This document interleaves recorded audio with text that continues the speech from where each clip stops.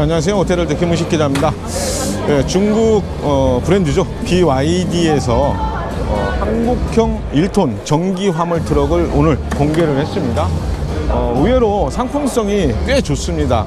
지금까지 뭐 중국산 차 하면 뭐 좀 부족하게 생각했던 그런 부분들이 있죠. 뭐 디자인이라든가 또 인포테인먼트 기능이라든가 뭐 이런 부분에서 아쉬운 부분들이 많이 있었는데, 오늘 공개한 T4K 같은 경우에는 뭐 외관 디자인도 그렇고요, 실내 뭐 인포테인먼트 사양 같은 것들도 한국의 IT 기업, 그러니까 SK하고 협력을 해서 한국 시장에 특화된 그런 인포테인먼트 사양을 적용을 했습니다. 그래서 익숙한 그런 인포테인먼트 사양도 갖추고 있고요. 예, T4K가 어떤 차인지 한번 살펴보겠습니다. 자, 외관도 보시면 기존에 한국에 나와 있는 그런 1톤 화물차하고 비교해서 뭐 크게 뒤지지 않는 그런 외관을 갖고 있습니다. 예, 그런데 지금 하부에 보면 저렇게 고압 케이블이 전부 다 외부로 이렇게 노출이 되어 있거든요. 이런 건 국산 포터나 공고 전기차에서는 저런 부분들이 좀 매립이 돼서 외부로 이렇게 노출되어 있지 않은데, 요거는 저런 게 괜찮을지 모르겠는데 어쨌든 저렇게 다 노출이 되어 있습니다. 저런 것들은 어떨지 한번 좀 생각을 해봐야 될 것 같고요. 예, T4K는 인산철 배터리를 사용하고 있습니다. BYD는 이게 이제 블레이드 배터리라고 해서 자체 개발한 여러 가지 효율성이라든가 에너지 밀도라든가 이런 거를 높여서 많은 거리를 좀 긴 거리를 달릴 수 있게 개발을 한 그런 배터리가 탑재됐다고 하는데, 82kWh 용량의 배터리를 탑재를 했는데요. 이걸 통해서 상온에서 246km 그리고 저온에서 209km 일회 충전으로 주행이 가능합니다. 뭐 국산 1톤 화물 전기차보다 배터리 용량은 훨씬 크죠. 제가 지금 기억하기로는 뭐 포토 일렉트릭 같은 경우에는 한 50kW대의 배터리를 탑재를 했고, 주행거리가 210km 정도 되는 걸로 알고 있거든요. 더 큰 용량의 배터리를 탑재했고 훨씬 더 긴 거리를 주행을 할 수 있는 겁니다. 배터리 성능이나 효율성 면에서는 국산차 중에서는 그래도 가장 높은 재원을 갖고 있다, 이렇게 볼 수 있을 것 같아요. 지금 보고 계시는 모델은 이제 기본 모델입니다.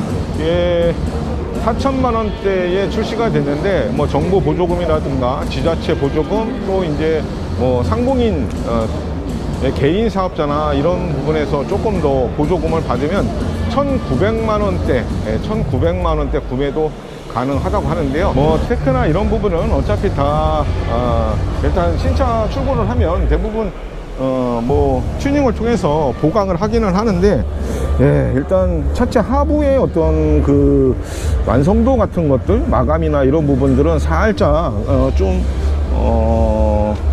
예, 그렇게 높아 보이지는 않습니다. 충전구가 여기에 있네요. 콤보 2 타입. 예. 이거만 판스프링 아니야? 앞에도 판스프링이에요. 완전 되게 고속에도 뒤집어질 것 같은데?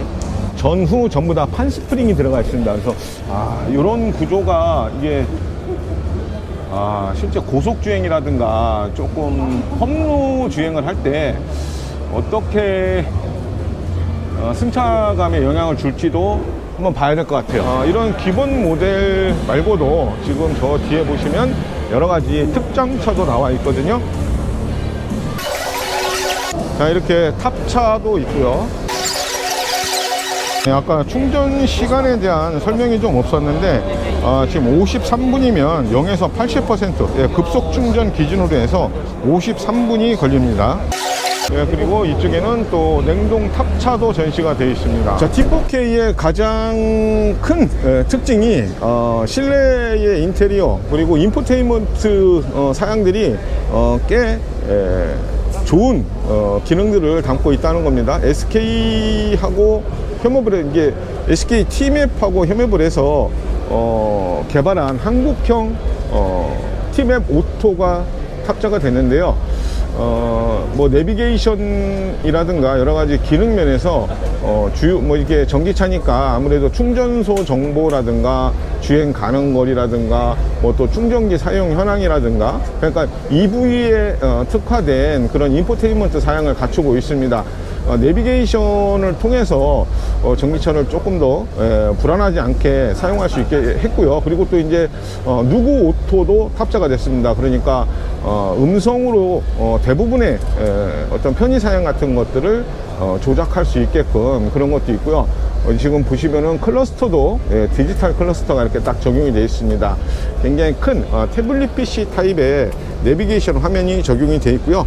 뭐 이러다 보니까 이게 센터 페시아라든가 콘솔부에 버튼류 같은 것들이 상당히 이제 최소화되어 있는 걸 알 수가 있습니다. 지금 대시보드 같은 것들도 무광 크롬으로 이렇게 다 마감을 했고요. 이 에어벤트 같은 것도 크롬으로 가니쉬를 딱 마무리를 해서 실내를 정동감이라든가 고급감이라든가 이런 것들도 상당히 많이 신경을 쓴 그런 모습을 보여주고 있습니다. 그리고 시트 뒤에 공간도 굉장히 넉넉하게 이렇게 확보를 해놨습니다. 여러 가지 이제 글로브 박스라든가 수납을 할 수 있는 그런 크고 작은 스토리지들도 많이 보이고 있고요. 그리고 일렬 시트가 이렇게 리클라이닝이 여유 있게 됩니다. 그래서 그것도 한번 뒤로 저쪽이나 봐주실래요? 이렇게 일렬 시트가 전부 리클라이닝이 끝까지 됩니다. 그러니까 뭐 휴식을 취할 때라든가 이럴 때 굉장히 좀 편하게 공간을 활용할 수 있는 그런 구성을 해놨고요. 지금 스티어링 휠도 보면 D컷으로 이렇게 들어가 있습니다. 현대차나 기아의 포토 일렉트릭이나 또 봉고 EV 조금 긴장을 해야 될 것 같아요. 컵홀더도 있고 글로브 박스도 상당히 길게 이렇게 돼 있고요. 요건 이제 위로 접어서 3인 탑승도 가능한 그런 구조를 갖고 있습니다. T4K, BYD T4K 뭐 자세하게는 살펴보지 못했는데요. 뭐 전반적으로 뭐 사실 국내의 1톤 화물차 시장은 현대기아차 거의 시장을 지배하고 있죠. 요즘 들어서 이제 이런 1톤 화물차뿐만이 아니고 좀 더 작은 그런 전기차들도 이제 중국산이 한국 시장에 많이 들어왔습니다. 그러면서 어떤 경쟁을 하고 있는데요. 오늘 T4K가 그래도 그나마 지금까지 한국 시장에 들어왔던 중국산 전기차 가운데 중에서는 뭐 상품성 면에서는 그래도 가장 좀 앞서 있는 것 같다는 생각은 듭니다. 근데 여전히 뭐 중국산 모델들이 갖고 있었던 그런 마감이나 또 완성도 이런 부분에서는 아직 살짝 좀 부족하다는 생각을 좀 하게 되고요. 뭐 하지만 실내에 들어가 있는 인포테인먼트 기능 같은 것들은 그래도 티맵하고 협업을 해서 완전히 한국형에 맞게 그리고 또 전기차에 특화된 그런 기능들을 많이 넣어놨기 때문에 그런 편의성은 확실히 좋아진 것 아닌가 이런 생각이 들고요. 아까도 이제 잠깐 언급을 했지만 차체 하부에서 어떤 앞으로 검증이 좀 필요한 부분들이 좀 있는 것 같아요. 하부에 나와 있는 고전압 케이블 같은 것들이 너무 많이 외부로 조금 혼란스럽게 잘 정리되지 않은 그런 느낌으로 많이 배치가 돼 있었고요. 그런 부분들이 실제 주행에서 뭔가 안전성 문제하고도 연결이 되지 않을까 그런 생각도 좀 들었고요. 그리고 또 전륜, 후륜이 전부 다 또 이제 격판 스프링이 이렇게 들어가 있더라고요. 그런 부분들도 상품성에서는 조금 감점의 요인이 되지 않을까 이렇게 보여집니다. 지금까지 BYD의 1톤 전기 화물차 T4K 오테로드 김식 기자였습니다. 감사합니다.